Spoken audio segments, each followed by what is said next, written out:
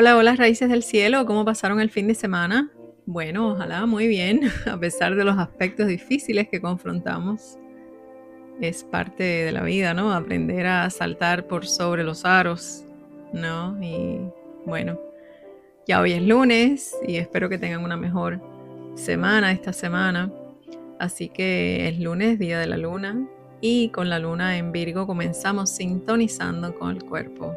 El cuerpo que ordena, que se depura, que organiza y selecciona. La luna sigue en Virgo, todavía amanece vestida con su delantal de lino y su lista de pendientes y un ojo crítico muy bien afinado. Esta luna en Virgo viene un poquito sacudida después de los aspectos difíciles que tuvo el fin de semana, ¿no? Y bueno, hoy también se encontrará con Marte en Virgo. Le va a hacer la visita por ahí en una conjunción. Y Marte también viene algo sacudido después de esas cuadraturas que tuvo, ¿no? Recientemente con los nodos lunares. Esta tensión que nos confrontó con el dilema eterno entre lo que urge hacer y lo que hay que soltar. Y dónde debemos confiar. O sea, el nodo sur en Virgo y nodo norte en Piscis. Marte en Virgo se esfuerza por hacer lo correcto, pero bajo presión puede convertirse en el sargento de la ansiedad. Hoy con la luna, aún en este mismo signo, podríamos sentir ese eco, una necesidad de ordenar el caos, ¿no? Pero aunque el caos sea emocional, ¿no? Porque es la luna la que está en Virgo, pero el plato fuerte del día lo sirve otro protagonista, que es Venus en Géminis. Y esta Venus no se queda en la superficie, porque a las 12:55 p.m., hora del este, le extiende un sextil a Quirón en Aries, un diálogo suave entre lo bello y lo roto, entre lo que deseamos y lo que nos duele. Y aquí es donde se pone interesante. Quirón está a punto de retrogradar, pero antes de dar marcha atrás en su proceso de sanación, recibe la visita de Venus, ligera, parlanchina, pero profundamente perceptiva. Es como si antes de abrir la herida para mirarla por dentro, Venus le dijera al oído, bien bajito, al centauro: está bien mirar, está bien recordar y no estás solo. Este no es el primer encuentro entre Venus y Quirón desde que el centauro entró en Aries en el 2018, por supuesto. Se han visto varias veces ya, pero, o sea, han cruzado caminos varias veces, pero esta vez hay un giro crucial y es que Quirón está estacionario ahora, está a punto de retrogradar. Y Venus, regente del deseo, del valor propio, del merecimiento, viene a tocar esa herida justo antes de que comience el proceso de introspección profunda. Esto le da al aspecto un matiz ceremonial. Es como si la conciencia del valor se sentara justo en el umbral para recordarle a la herida que merece ser sanada, no por lo que logra ni por lo que entrega, sino por el simple hecho de ser, de experimentar la libertad de ser, sin tener que demostrar nada. En términos simbólicos, el encuentro ocurre antes del descenso. Antes de que el centauro entre a la cueva, la diosa lo mira y le dice: lo que llevas por dentro, a mí me importa. Así que aquí el valor personal no es una idea, es un cuerpo que comienza a recordar su derecho a ocupar espacios sin miedo. Este aspecto que sucede en los grados 27 de Géminis y Aries nos habla de una generación marcada por heridas de identidad. El tránsito anterior de Quirón en Aries ocurrió entre 1968 y 1976. O sea, Quirón demora 50 años en regresar al punto de origen, por lo que todas las personas nacidas en ese tramo llevan impresa la herida de la identidad, de la autoafirmación, del derecho a ser uno mismo sin pedir permiso. Es una generación que vino a trabajar el tema de la individualidad desde la raíz. ¿Quién soy cuando me defino por la oposición? ¿Y quién soy cuando yo me defino por la esencia de lo que soy, de mi ser? O sea, si no tengo una oposición, no me encuentro. Necesito la oposición. No puedo definirme por mí mismo. Y aquí es donde introducimos la raíz del conflicto, el narcisismo parental y su impacto en la identidad. Este tema no aparece por azar, sino porque la generación con Quirón en Aries fue criada, en su mayoría, por adultos con Plutón en Leo. Fue una generación moldeada por la exaltación del yo, ya fuera como individualismo radical como los hippies y la revolución sexual, o como idealismo impuesto, las revoluciones políticas, el culto al héroe. O sea que además de la historia generacional, hablamos de un eje estructural en la formación del yo. Cuando el niño o la niña crece bajo la influencia de un padre narcisista o de un entorno que lo invalida o lo vuelve invisible, pierde el reflejo genuino que le permite saberse real. No hay mirada que lo acoja, solo exigencias que lo están moldeando. En estos casos la identidad no nace, sino se improvisa, se disfraza, se adapta a lo que garantiza la supervivencia y el amor. Entonces este niño aprende que para ser visto debe encarnar la imagen ideal del otro. Y cuando crece, puede que se vuelva él mismo un reflejo roto. Es alguien que necesita que lo miren desde afuera para sentir que existe. Así, el narcisismo no es solo una etiqueta clínica, sino una herida colectiva que habla del hambre de reflejo auténtico. Esa es la herida de Quirón en Aries, la pérdida del derecho a ocupar espacio como uno mismo. La generación nacida durante el tránsito anterior de Quirón en Aries fue criada por estos adultos, con Plutón en Leo. Es una generación marcada por la glorificación del yo o por la exaltación del rol ideológico, ya sea hippie, revolucionario, tecnócrata. Esto significa que el niño creció o bien invisible ante el narcisismo de los padres, o bien presionado a desempeñar un rol idealizado. O sea, el hijo ejemplar, el soldado, el mártir, el talento brillante, ¿no? En ambos casos, su sentido genuino de identidad se sacrificó por la mirada o el mandato del otro. Y bueno, ¿qué pasa con los países donde no hubo movimiento hippie? Bueno, aquí es donde la astrología se vuelve profundamente rica en contexto histórico.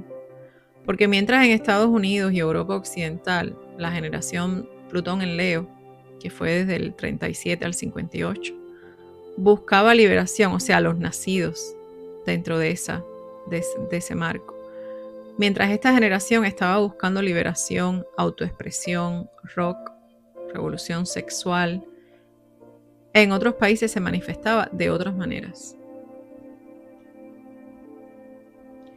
Por ejemplo, en países como Cuba, que es de donde yo provengo, la narrativa fue completamente distinta, pero el fenómeno, aunque sea de otra manera, también se manifiesta. En Cuba, esa misma generación fue adoctrinada por el Estado, separada de sus familias, en muchos casos, como en las escuelas al campo, y en lugar de liberarnos, o sea, de liberarse, fue obligada a sacrificar su identidad en favor del proyecto colectivo.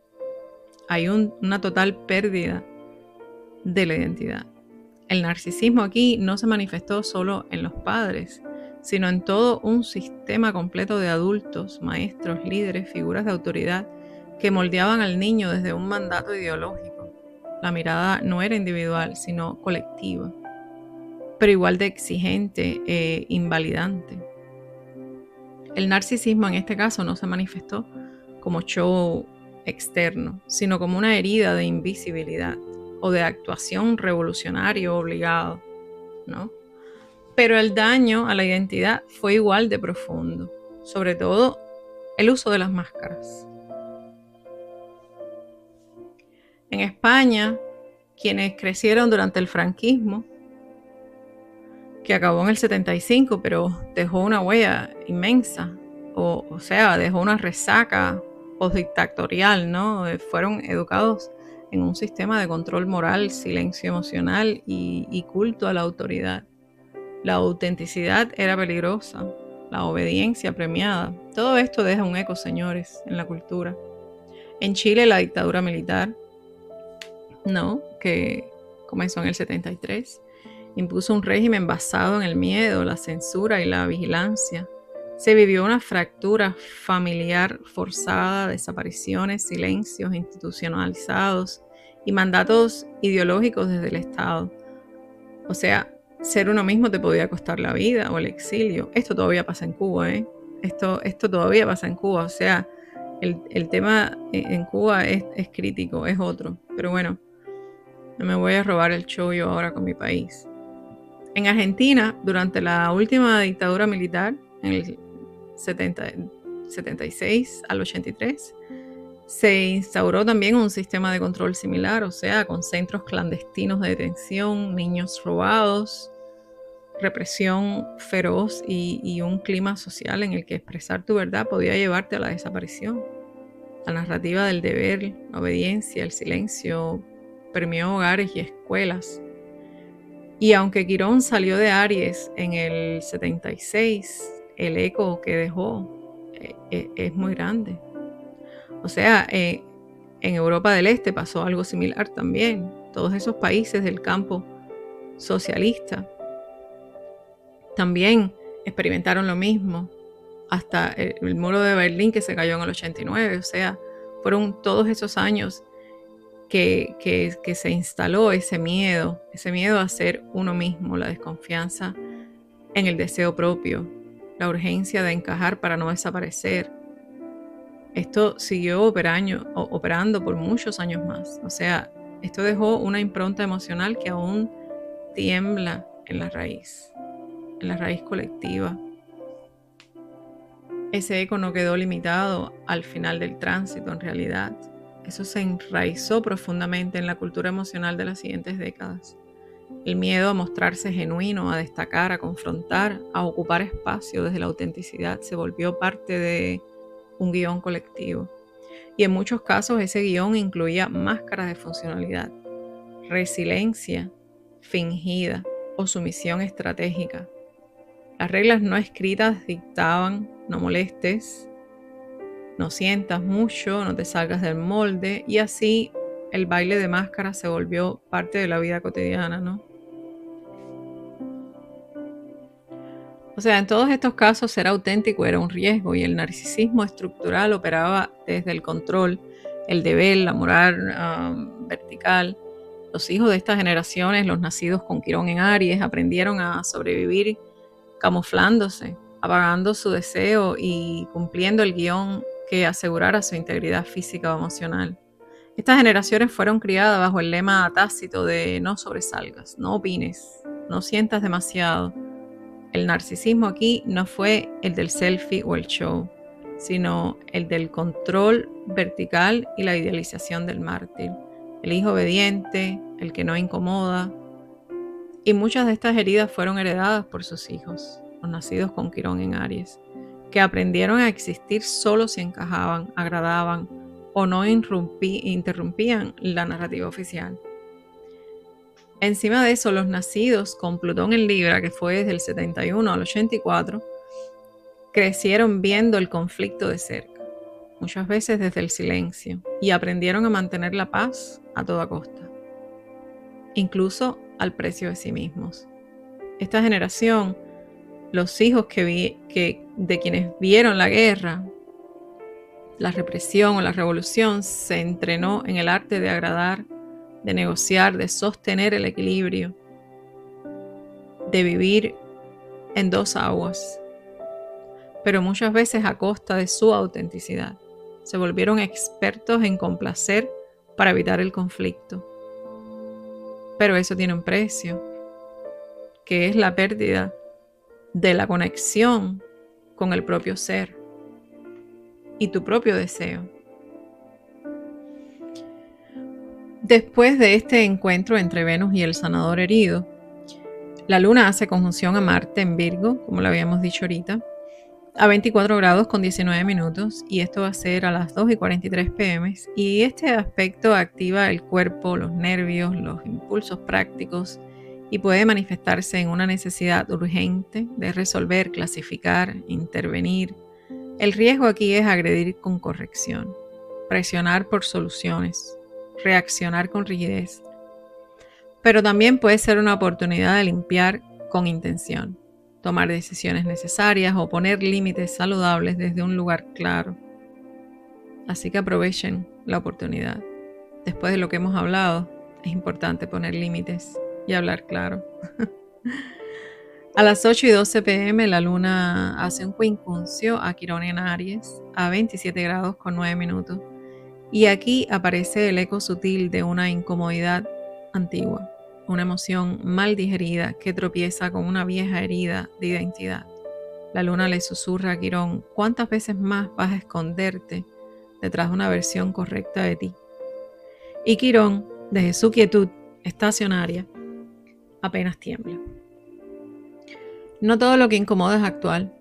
O sea, estas reacciones tienen raíces profundas. Este quincuncio nos deja saber, antes de corregir, escucha. Tal vez el desorden no necesita solución, tal vez solo necesita un reconocimiento. Luego, a las 8:57 p.m., la luna hace una cuadratura a Venus en Géminis a 27 grados con 32 minutos.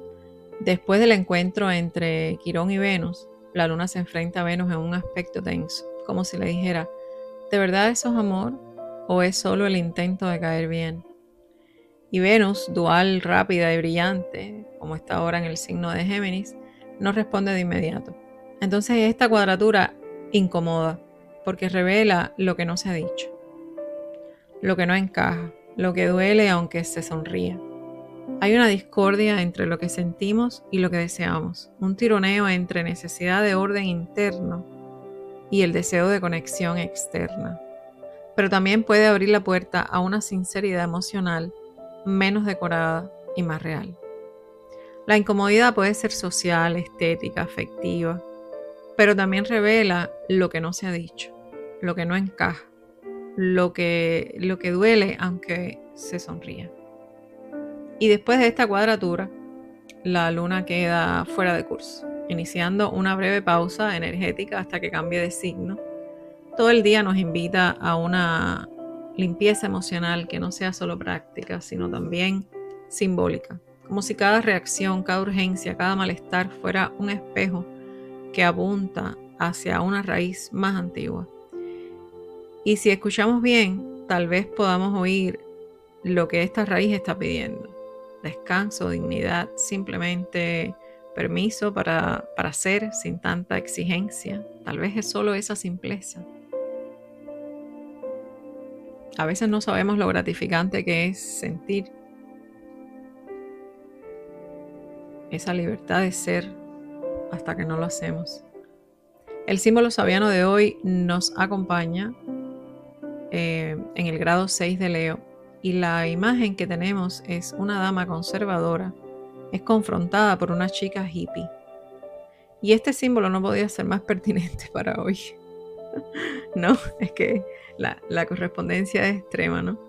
Aquí vemos el choque generacional entre los valores tradicionales y una nueva forma de vivir la autenticidad. La dama conservadora representa los viejos valores sociales: decoro, represión emocional, moral estricta. La joven hippie encarna la ruptura, la espontaneidad, la necesidad de expresarse libremente sin la aprobación del otro. Esta imagen resuena profundamente con el legado de la generación Plutón en Leo, quienes buscaron liberar el yo, ya fuera a través de la revolución cultural del 68 o del culto al héroe ideológico, y con el conflicto que sus hijos, con Quirón en Aries, heredaron. Ser uno mismo se volvió un acto político, una afirmación radical en medio de mandatos heredados. Pero también nos invita a mirar más allá de ese binarismo. Ni la represión ni la rebeldía automática son soluciones. La clave está en trascender la subordinación a las normas sociales, ya sean de la moda, la moral, el deber, y descubrir una identidad que no esté definida por la oposición, sino por la autenticidad. Este símbolo también nos recuerda que muchas veces la herida de la identidad no proviene solo de los traumas personales, sino de un sistema de valores que castiga lo diferente, lo genuino, lo no domesticado, y que para sanar a veces hay que confrontar, con ternura y firmeza, pero hay que hacerlo. Esa voz interna que aún repite lo que nos dijeron que debíamos ser. Hoy se quita el polvo, o sea, se agita ese polvo en el alma, se sacuden las ideas fijas. Y si estamos atentos, esta danza de tensiones puede revelarnos lo que ya no nos sirve, aunque todavía duela. Así que raíces del cielo, que hoy el cielo no les pida respuestas, sino una pausa sincera, una pausa que sea para sentir, sin corregir, una pausa para mirar sin justificar, para recordar sin explicar, que las estrellas le digan bajito que lo que son, sin adornos ni defensas, ya es suficiente, y que el espejo partido no sea sino el umbral de una sanación y el encuentro con el auténtico yo. A veces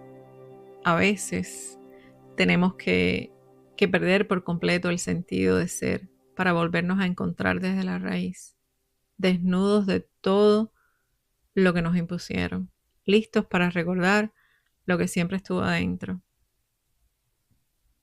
Que el cielo te inspire y las raíces te sostengan siempre.